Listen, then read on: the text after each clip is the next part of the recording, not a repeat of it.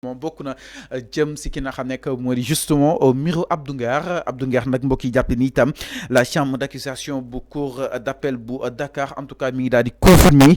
le refus de mise en liberté provisoire émis par le juge d'instruction du troisième cabinet mbokk yi avocat Abdou Nguer yi ñu daal di koy jàppee jëm si li nga xam ne rek moo di ay yenn si ay vidéo yoo xam ne itam defoon na ko moom ki nga xam ne que moo di Abdou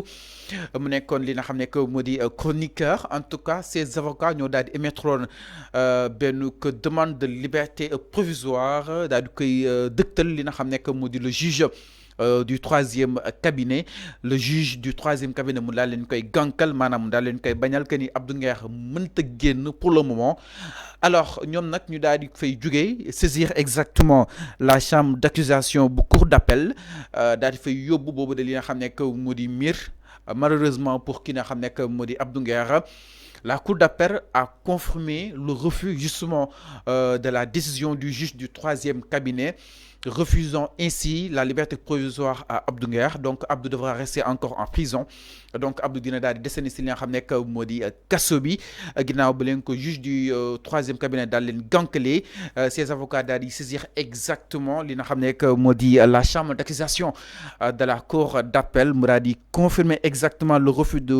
mise en liberté provisoire émis par le juge d'instruction du troisième cabinet. Donc les avocats yi nga xam ni itam ñoo mettroon en cause loolu bokkoon na si ki nga xam ne que moo di maître Alioune Badara Fall mu daal di bokk si pôle d'avocat bu ki nga xam ne que moo di justement Abdou Nguer ñoom itam ñoo daal leen ko yóbbuloon si kanam yoon ak wàllu yoonal pour exiger exactement sa libération immédiate daal leen li nga xam ne que moo di gànkal mais la juridiction a maintenu la décision du magistrat instructeur mi ngi daal di estimer que ni conditions yi nga xam ne tawul ne daal di war a mën a libérer Abdou Nguer ces conditions ne sont pas encore réunies donc ki nga xam ne que moo di Abdou ñu ngi koy inculpé jëm si diffusion de fausses nouvelles, offense au chef de l'État waaye apologie de crime ou délit mi ngi daal di resté li nga xam ne que moo di en prison maanaam charge yi nga xam ni itam teg nañ ko si comme de plus en plus mi ngi li nga xam ne que moo di corsé wu encore une fois donc mbokk yi Abdou ñu koy daal di toppee li nga xam ne que moo di justement diffusion de fausses nouvelles si olof maanaam daal di biral xibaar yoo xam ni itam wérul waaye itam xibaar yoo xam ni itam amaan na ni dafa daal di li nga xam ne que moo di fausse leen itam bokk na si offense au chef de l'État maanaam daal di congu wala comme daal di li nga xam ne que moo di ñàkkal worma président de la République di ñiitu réew bokk na si crime apologie maanaam di ko li nga xam ne que moo di défendre mu nekk loo xam ni itam Abdou ñu ne toppee nañ ko mi ngi daal desandi ba tey si kanam yoon ak wàllu yoonal jëm si li nga xam ne que moo di li nga xam ni itam gànkalaat nañ ko donc mbokk yi en tout cas ces avocats ñi ngi daal di jàpp ni c'est un coup dur pour li nga xam ne que moo di justement le chroniqueur parce que amoon nañu yaakaar si li nga xam ne que moo di la cour d'appel après cette décision du juge instructeur bu li nga xam ne que moo di troisième cabinet refusant ainsi toute liberté provisoire ki nga xam ne que moo di justement Abdou Nguer donc nag Abdou devra rester encore en prison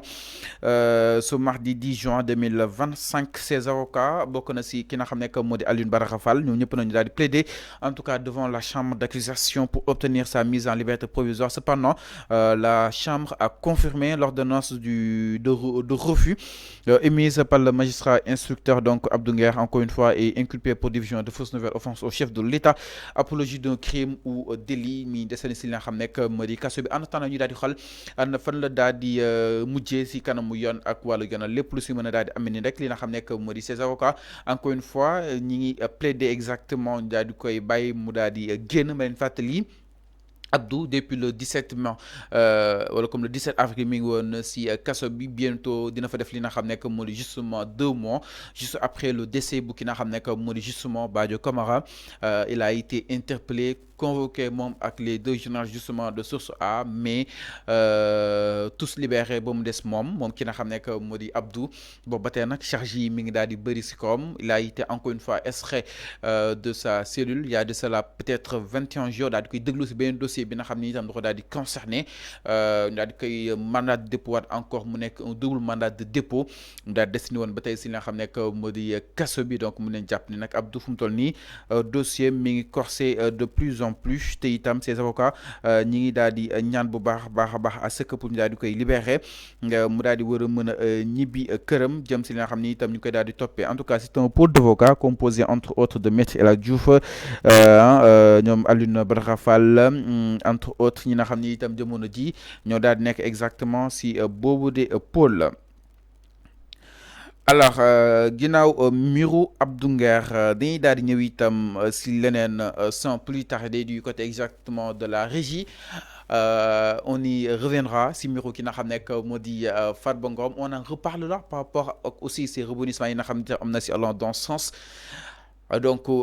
moustique bi piqué ki nga xam nekk moo di Abdou Nguer moo daal di piqué aussi ki nga xam nekk moo di justement Farba Ngom moom itam Farba li nga xam ni itam doon wax daal di sàkk moom ak li nga xam nekk moo di son pôle d'avocat gànkal nañ ko si kanamu yoon ak wàllug yoonal donc nag ki nga xam nekk moo di Farba dina desandi si li nga xam nekk moo di kaso bi donc les avocats de Farba Ngom ñoom tamit ñu daal di présenté wu devant la chambre d'accusation bi pas financière pas cour d'appel pour daal di indi ordonnance bi nga xam ni itam ñoom juge d'instruction bi bañ leen ko daal leen jox li nga xam nekk moo di une liberté provisoire ak ki nga xam nekk moo di Farba Ngom donc nag la chambre mu daal di rendre exactement sa décision immédiate après les débats waaye itam li nga xam ni itam doon nañ ko daal di war a mën a jàpp ni peut-être chambre bi dina ko daal di jox exactement une liberté provisoire donc nag boobu de liberté nag mujj nañ daal jàpp ni dafa daal di irrecevable maanaam. Chambre bi jëlu ko donc la requête formulée par la défense en conséquence ki nga xam nekk moo di Farba Ngom ba tey mi ngi desandi si li nga xam nekk moo di kaso bi donc nag encore une fois donc la chambre d'accusation a pu justement débouter ki nga xam nekk moo di Farba jëm si li nga xam ni itam doon na ko daal di sàkku si kanam yoon ak wala yoon pour daal di am li nga xam nekk moo di liberté provisoire am donc ki nga xam nekk moo di Farba dina desandi ba tey si li nga xam nekk moo di kaso bi encore une fois donc la chambre d'accusation financière confirme na exactement li nga xam nekk moo di l'ordonnance du juge de vouloir ou bien même de ne pas être en mesure de donner une liberté provisoire à ki nga xam nekk moo di Farba donc Farba restera encore une fois en prison en attendant ñu daal di war a mën a déduire li nga xam ni itam peut-être ñëwaat na exactement si kawam donc nag